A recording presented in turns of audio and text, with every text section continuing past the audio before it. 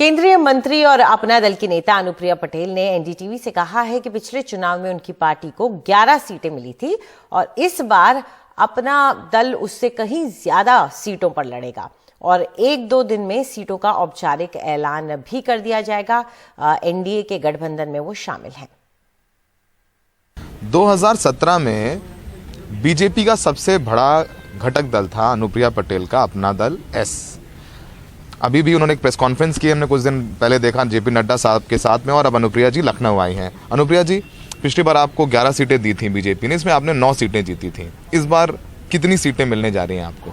अभी हमारी सीटों पर बातचीत काफ़ी आगे बढ़ चुकी है, अंतिम दौर पर है। बस 1-2 दिन के अंदर हम अपनी सीटों की संख्या स्पष्ट कर देंगे। पिछली बार से ज़्यादा होंगी या बहुत ज़्यादा होंगी? जाहिर सी बात है ज़्यादा ही मांग रही होंगी आप। पिछली बार से हम बहुत ज़्यादा सीटों पे लड़ेंगे। पिछली बार से बहुत ज़्यादा सीटों पे लड़ेंगी। मैम, आपकी मदर अब समाजवादी पार्टी के साथ हैं, कृष्णा पटेल जी। अभी जब घटक दलों की बैठक हुई थी तो हमारी बात हुई, वो कह रही हैं कि मुझे दूसरे दलों में सम्मान नहीं मिल रहा, समाजवादी पार्टी में सम्मान मिल रहा है।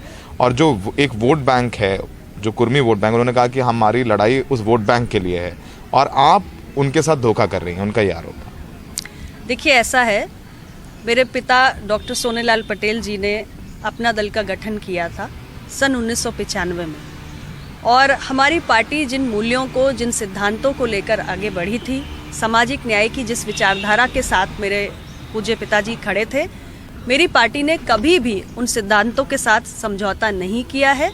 आप अपना दल का इतिहास उठाकर देख लीजिए।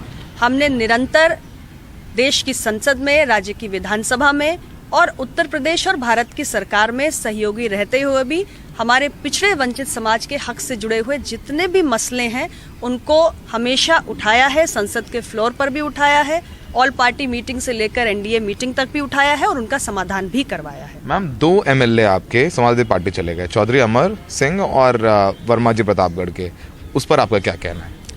देखिए, ऐसा है कि एक एमएलए को तो हमने निष्कासित ही कर दिया था, और रही बात ये कि 5 साल तक कोई पार्टी में रहा है एज एमएलए, उसके बाद वो दूसरी पार्टी में यदि जाना चाहता है तो वो जा सकता है, क्योंकि लोग अपने टिकट के प्रॉस्पेक्ट्स को भी देखते हैं। ऐसा भी होता है कि कई बार लोगों को टिकट दोबारा रिपीट होने की कोई गारंटी नहीं होती है। उन्हें लगता है कि शायद हमारी परफॉर्मेंस सर्वे में अच्छी नहीं आई है तो हमारा टिकट कट सकता है।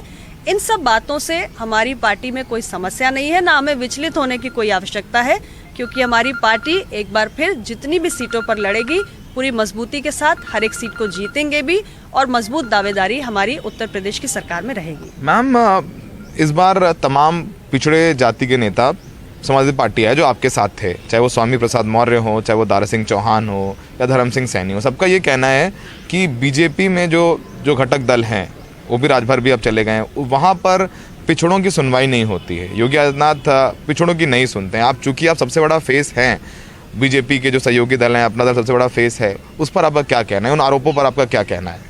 देखिए, स्वामी प्रसाद मौर्य जी हों या दारा सिंह जी हों, सभी बहुत ही संघर्षशील नेता हैं और सबकी अपनी एक लोकप्रियता भी है, और दोनों का मैं बहुत सम्मान भी करती हूँ।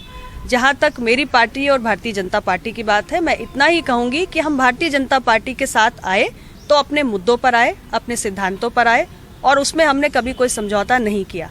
मैं आपको उदाहरण देना चाहती हूँ नीट की परीक्षा का, जिसमें ऑल इंडिया कोटा में पिछड़ों का आरक्षण लागू नहीं था। मैंने स्वयं इस विषय को उठाया था, मेरी पार्टी ने इस विषय पर मजबूती से मांग की थी, और मोदी जी की सरकार ने, ये बहुत पुराना मसला था, सालों से पिछड़ा वर्ग के अभ्यर्थियों की हजारों सीटों का नुकसान हो रहा था, इसका समाधान मोदी जी की सरकार ने किया है। 69,000 शिक्षक भर्ती का प्रकरण, जिस पर निरंतर हमारे पिछड़ा वर्ग के अभ्यर्थी संघर्ष कर रहे थे, मेरी पार्टी ने उसे हर स्तर पे उठाया और उसको हम समाधान तक लेकर गए। आज योगी जी की सरकार ने देर से ही सही लेकिन उस मसले का समाधान किया है। तो जो मसले समय समय पर पिछड़ा वर्ग की इतनी बड़ी आबादी है, मसले उठते हैं, लेकिन ईमानदारी से उनके लिए आवाज़ उठानी पड़ती है, ईमानदारी से उसके लिए खड़ा होना पड़ता है, और जब आप निरंतर ईमानदारी से किसी मसले पर लड़ते हैं तो उसका समाधान होता है। लास्ट क्वेश्चन, तमाम लोग ये कह रहे हैं कि अनुप्रिया जी सत्ता के लालच में हैं, लेकिन पिछड़ों में बीजेपी में पिछड़ों की सुनवाई नहीं है। हम लोग जातिगत जनगणना कराएंगे, सरकार आई तो 3 महीने में समाजवादी पार्टी ने अनाउंस किया है। उनका कहना है कि अनुप्रिया जी मजबूरी में है बीजेपी में, उनको सत्ता में रहना है और सत्ता का लालच है। वो पिछड़ों की लड़ाई नहीं लड़ना चाहती हैं, वो सत्ता में रहना चाहती हैं, सुख भोगना चाहती हैं, केंद्र में हो चाहे वो राज्य में हो, और वो लालच में है सरकार में। देखिए, मुझे बहुत खुशी है कि मेरे विरोधी कम से कम मेरे बारे में चर्चा कर रहे हैं और मेरे बारे में कोई ओपिनियन बना रहे हैं, लेकिन मैं इतना ही कहना चाहती हूँ कि उत्तर प्रदेश के अंदर 50% से ज़्यादा पिछड़ा वर्ग की आबादी है और उत्तर प्रदेश के पिछड़ा वर्ग को तय करने दीजिए कि अनुप्रिया पटेल ने उनके मसलों पर ईमानदारी दिखाई है या नहीं दिखाई है। अनुप्रिया जी ने हर सवाल का बड़ी अच्छे से जवाब दिया। उनका कहना है कि पिछली बार जितनी सीटें मिली थी उससे बहुत ज़्यादा सीटें उनको मिलने वाली हैं। 1-2 दिन में अनाउंस हो जाएगा कि बीजेपी अपना दल को कितने टिकट दे रही है। सहयोगी राजेश गुप्ता के साथ लखनऊ में सौरभ शुक्ला, NDTV इंडिया।